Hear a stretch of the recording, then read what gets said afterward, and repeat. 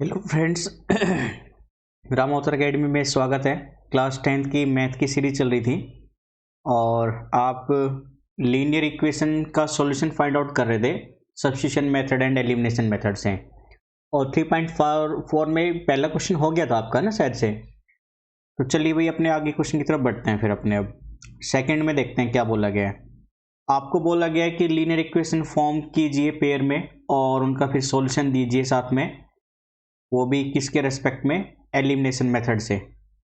ठीक है, तो आप पहला क्वेश्चन रीड कीजिए, मैं तब तक पेन पिक कर लेता हूं और फिर क्वेश्चन की तरफ बढ़ते हैं हम।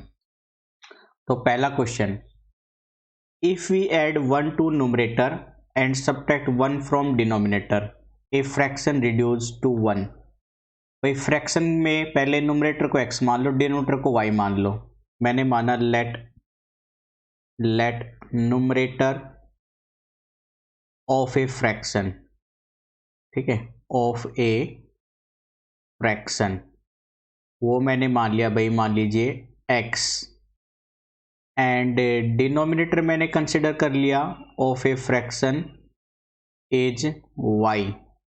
इसलिए फ्रैक्शन क्या बना भाई आपका, x बाई वाई बन गया। ठीक है, अब अकॉर्डिंग टू क्वेश्चन आपको बोला गया था, अकॉर्डिंग टू क्वेश्चन मतलब क्वेश्चन में बोला गया था अगर एक ऐड करा दो न्यूमरेटर में और 1 सब्ट्रैक्ट करा दो डिनोमिनेटर में, तो फ्रैक्शन रिड्यूस यानी घटकर 1 बन जाएगा, यानी फ्रैक्शन 1 बन जाएगा। तो न्यूमरेटर में 1 ऐड करा दो, डिनोमिनेटर से 1 सब्ट्रैक्ट कर दो, तो फ्रैक्शन बन जाएगा 1। और 1 बाई 1 मैं लिख ही सकता हूँ, क्रॉस मल्टीप्लाई करा दो यहाँ से, तो इक्वेशन बनेगी भाई आपकी यहाँ पर x plus 1 equal to y minus 1। Y को इधर ले जाएंगे तो x माइनस वाई और 1 उधर जाएगा तो -1 -1 -2। यानी पहली इक्वेशन आपके पास आ गई है x minus y is equal to -2। ये है फर्स्ट इक्वेशन आपकी। आगे बोला गया आपको इट बिकम्स 1/2 की फ्रैक्शन 1/2 बन जाएगा कब, if we only add 1 to the denominator, कि नीचे वाली संख्या में, नीचे वाले पार्ट में 1 ऐड करा दो।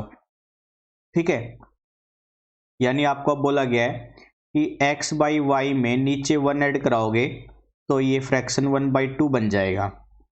क्रॉस मल्टीप्लाई कराओ यहाँ से वापस से, तो ये बनेगा 2x is equal to y plus 1, यानी 2x minus Y equal to 1। तो सेकेंड इक्वेशन बन जाएगी आपकी 2x minus Y equal to 1। ये है सेकेंड इक्वेशन भाई आपकी। ठीक है, अब आपको फ्रैक्शन बताना है, तो फ्रैक्शन के लिए जस्ट मैं इसको सिंप्लीफाई कर लेता हूँ और इसको रफ कर लेते हैं क्योंकि इसकी जरूरत नहीं है अब हमें। तो फ्रैक्शन के लिए भाई मैंने उन दोनों इक्वेशन को, उसको क्या बोला गया था, किस मेथड से करने हैं, एलिमिनेशन मेथड में।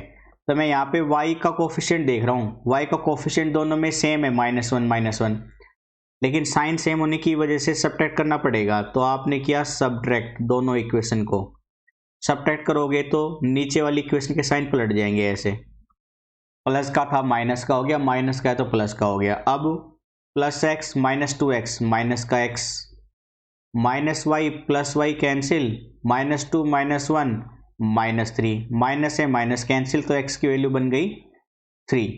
अब x की वैल्यू 3 फर्स्ट इक्वेशन में पुट कर दो, पुट x बराबर में 3 इन इक्वेशन फर्स्ट।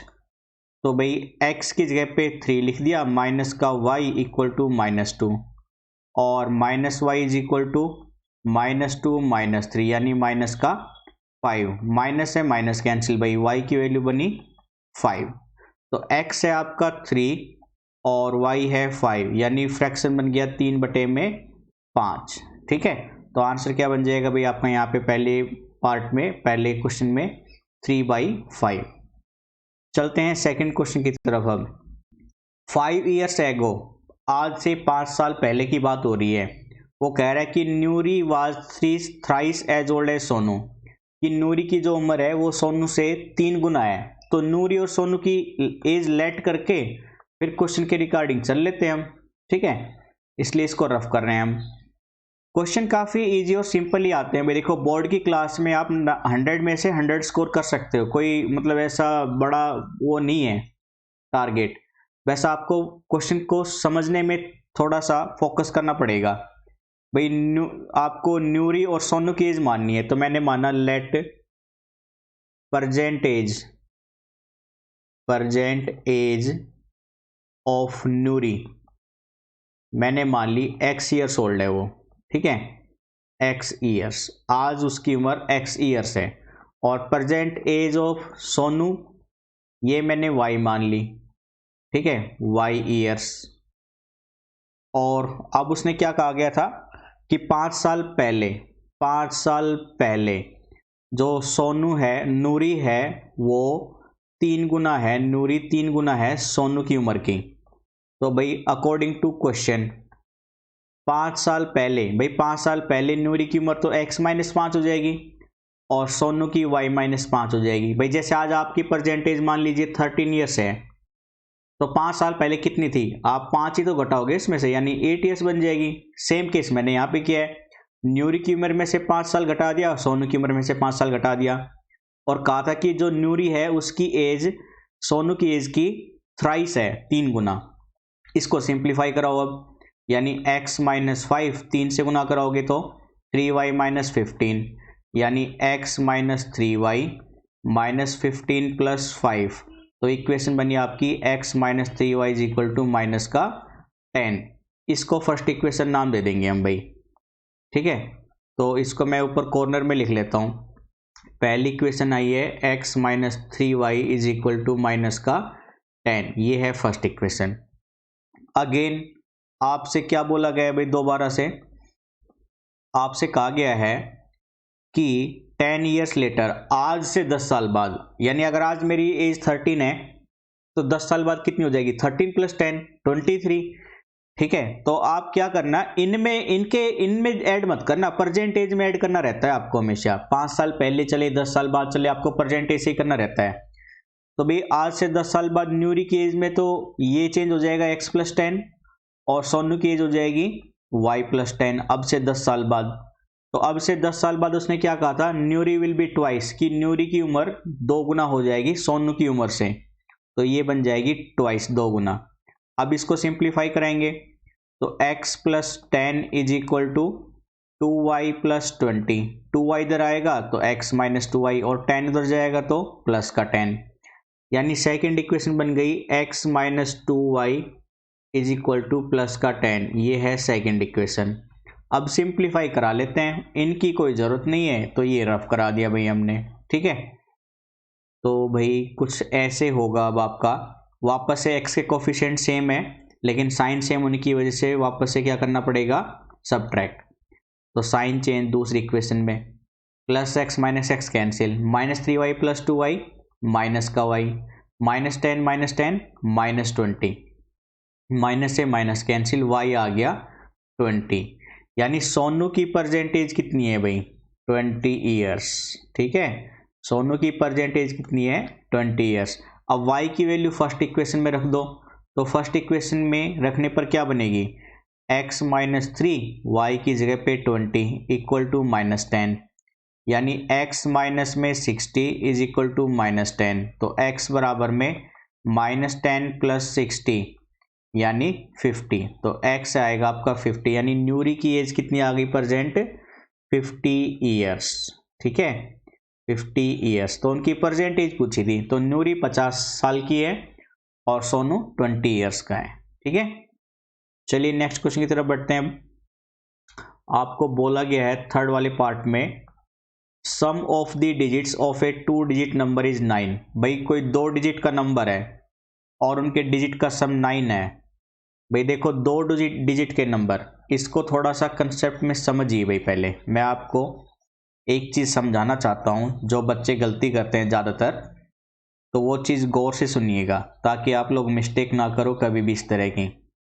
भाई देखो 2 डिजिट का कोई नंबर ले लो, कोई भी ले लो, मैंने कहा 23 है, क्या इस नंबर को मैं ऐसे लिख सकता हूँ 20 + 3, है ना, लिख सकते हैं। क्या मैं इस नंबर को ऐसे लिख सकता हूँ 2 × 10 प्लस का 3 × 1, है ना। भाई जो 10th प्लेस पे था उस फेस वैल्यू को 10 से मल्टीप्लाई कर दिया, जो यूनिट प्लेस पे था उस फेस वैल्यू को 1 से गुना कर दिया और ऐड करा दिया। 2 डिजिट के नंबर को ऐसे लिखा मैंने। इसी तरह से मैंने माना इस क्वेश्चन के लिए लेट यूनिट डिजिट, ठीक है, unit digit of a 2 digit number मैंने मान लिया वो है x, and tenth digit of a 2 digit number, ठीक है, tenth digit tenth digit of a 2 digit number वो मैंने मान लिया y। इसलिए नंबर क्या बनेगा भाई आपका, जो यूनिट और 10th वाला है वो 10 से गुना होगा, प्लस में यूनिट डिजिट जो है वो 1 से गुना होगा, यानी ये नंबर ऐसे बन जाएगा 10y प्लस का x, ठीक है। अब अगर आप डिजिट को रिवर्स कर दोगे तो मतलब रिवर्स करने पर आफ्टर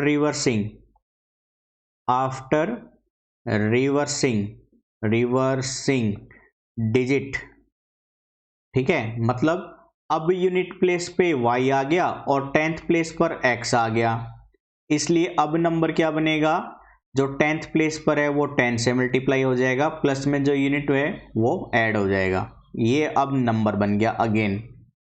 तो क्वेश्चन में क्या बोला गया था कि सम उन डिजिट का, 2 डिजिट का जो नंबर है उनका सम 9 है, यानी अकॉर्डिंग टू क्वेश्चन भाई, according to question x plus y का सम दे दिया आपको 9, ये है आपकी फर्स्ट इक्वेशन। एंड अगेन बोला गया है also 9 times this number is twice the number obtained by reversing the order of the digit. उसने कहा अब ये जो नंबर है ना, ये जो नंबर फॉर्म हुआ पहले, इसका 9 गुना तो ऐसे लिखेंगे, इसका 9 गुना बराबर है 2 गुना के किसके, रिवर्स करने के बाद जो नंबर बना, यानी 10x प्लस में y के। इसको सिंप्लीफाई करो, 90y प्लस का 9x is equal to 20x plus में 2y। भाई 20x में उधर ले गया तो 9x माइनस 20 कितना बनेगा, माइनस का 11x बन जाएगा, और 2y उधर लेके जाओगे तो 90 में से 2 घटेगा तो ये बनेगा 88y इक्वल टू 0। अब पूरी इक्वेशन 11 से सिंप्लीफाई हो रही थी, 11 से डिवाइड कर दी, यानी कंप्लीट इक्वेशन बन गई फिर आपकी -x प्लस में 8y इक्वल टू 0। तो भाई सेकेंड इक्वेशन आ गई -x प्लस में 8y इक्वल टू 0, ये है आपकी सेकेंड इक्वेशन। दोनों को सिंप्लीफाई करा दो, यानी मैं ये रफ कर लेता हूँ, इसकी कोई रिक्वायरमेंट नहीं है अब हमारे पास। और रफ करने के बाद भाई मैंने पहली इक्वेशन और दूसरी इक्वेशन को सिंप्लीफाई ऐसे किया, पहली इक्वेशन थी x plus y equal to 9 और दूसरी है -x plus 8y equal to 0। भाई x के कोफिशिएंट पहले से ही सेम है और अपोजिट साइन है, तो आप क्या करोगे, ऐड करने पर साइन चेंज नहीं होंगे, ऐड करने पर plus x minus x cancel हो जाएगा, 8y plus y 9y equal to 9 plus 0 9, y की वैल्यू बन गई यहाँ से 1, y की वैल्यू उठाई फर्स्ट इक्वेशन में रखी तो x plus 1 equal to 9, x की वैल्यू आ गई आपकी 8, तो x 8 है y 1 है, तो नंबर क्या बनेगा भाई आपका, या तो 18 बनेगा या 18 बनेगा या 81 बनेगा। भाई यूनिट प्लेस 8 लोगे तो 18, यूनिट प्लेस 1 लोगे तो 81, तो 18 या 81, ठीक है, 18 या 81 बन जाएगा आपका, 18 या 81। चलते हैं फोर्थ क्वेश्चन की तरफ। Meena went to a bank to withdraw रुपए 2000। भाई मीना कोई लड़की है जो बैंक में जाके 2000 रुपये निकलवाती है। She asked the cashier to give her रुपए 15 रुपए 100 नोट्स ओनली।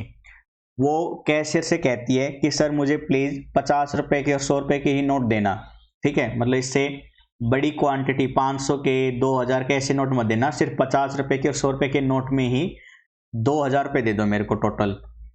तो उसको मीना को कुल 25 नोट मिलते हैं। आपको ये बताना है कि 50 रुपये वाले कितने नोट हैं और 100 रुपये वाले कितने नोट हैं।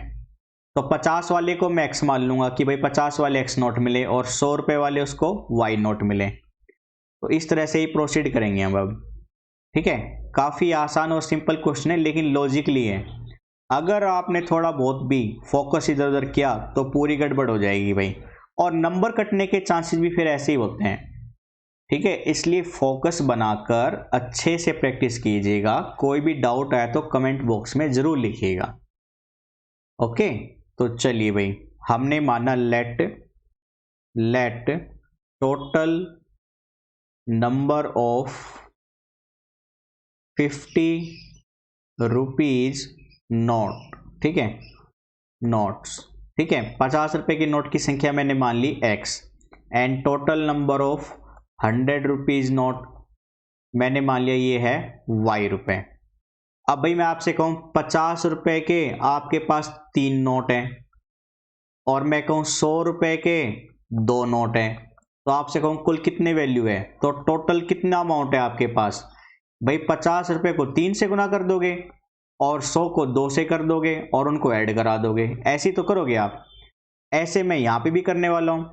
भाई 50 रुपए के अगर x है तो टोटल 50 रुपए के 50x हैं, 100 रुपए के टोटल y है तो यानी 100y, और कुल ऐड करा दोगे तो टोटल अमाउंट कितनी आनी चाहिए, 2000 रुपये, क्योंकि उसने कैशियर से 2000 रुपये लेने थे। तो अकॉर्डिंग टू क्वेश्चन पहली इक्वेशन ऐसे बन जाएगी। इसको सिंप्लीफाई करा लो 50 से डिवाइड करा के, 50 से डिवाइड हो रही तो ये वैल्यू बन जाएगी x प्लस में 2y और 40, यानी x plus 2y equal to 40। ये पहली इक्वेशन बन जाएगी आपकी। और साथ में कहा गया था कि टोटल नोट की संख्या 25 है, यानी x प्लस वाई 50 रुपये और 100 रुपये के नोट्स की संख्या x प्लस वाई, ये है टोटल 25। ठीक है, ये है सेकेंड इक्वेशन। भाई आप x के कोफिशिएंट सेम देख रहे हैं ना, तो सबट्रैक्ट करा दो यहाँ से। तो ये माइनस ये माइनस ये minus, plus x minus x cancel, plus 2y minus y y, 40 में से 25 जाएगा तो कितना बचेगा, 15।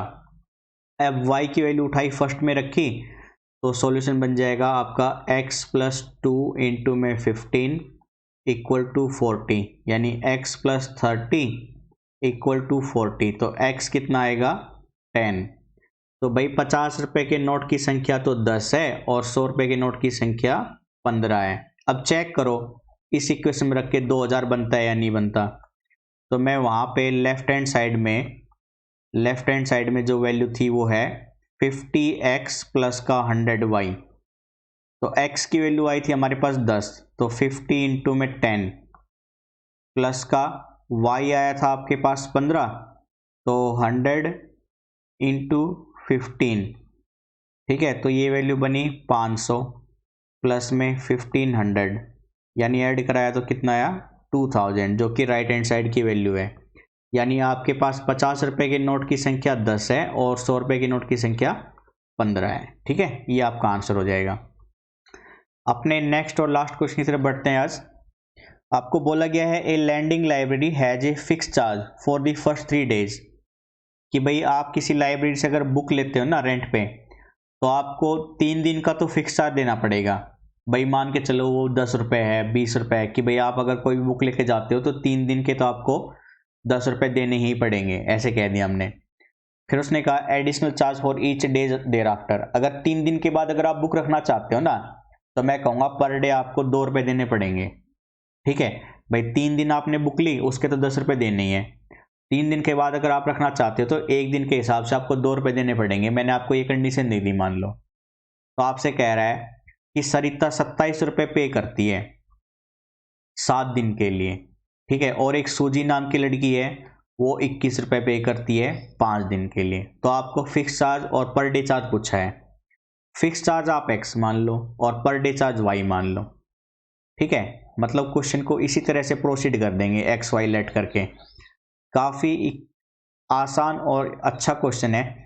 शायद से मैंने आपको टैक्सी वाला भी एक बार कराया हो इससे पहले, है ना, तो कुछ उससे मिलता जुलता ही क्वेश्चन है यहाँ पे। आपको ऐसा क्वेश्चन पहले भी किया था शायद से सब्स्टिट्यूशन मेथड में। तो मैंने माना लेट फिक्स्ड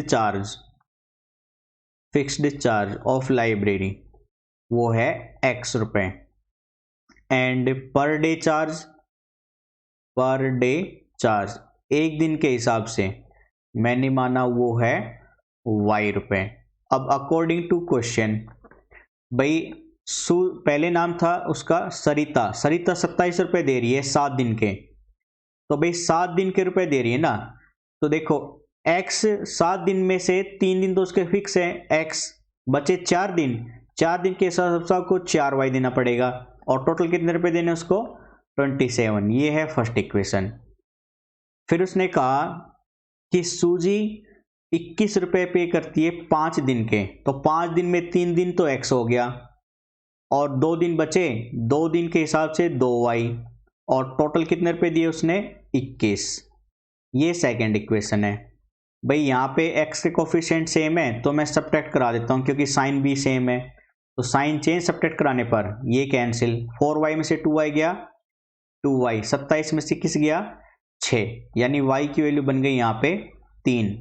अब y की वैल्यू को उठाया फर्स्ट में रखा, तो फर्स्ट इक्वेशन से x प्लस में 4 इंटू में 3 इक्वल टू 27, यानी x प्लस में 12 इक्वल टू 27, तो x की वैल्यू आएगी 27 माइनस में 12 यानी 15, तो x आ रहा है 15, यानी फिक्स चार्ज तो है 15 रुपये और पर डे चार्ज आ रहा है 3 रुपये। तो आप अगर कंफर्मेशन करना चाहते हो तो पहली इक्वेशन में रख दो लेफ्ट हैंड साइड लेके, लेफ्ट हैंड साइड में वैल्यू रखो, ये था x plus 4y, x plus 4y, x y की वैल्यू रखने पर 27 आना चाहिए, x है 15 प्लस में 4, y है आपका 3, यानी 15 प्लस में 12 ये बनेगा 27, ये बन जाएगा आपका राइट हैंड साइड, यानी फिक्स चार्ज बिल्कुल सही आ रहा है 15 रुपये और पर डे चार्ज है आपका 3 रुपये। तो ये थे आपके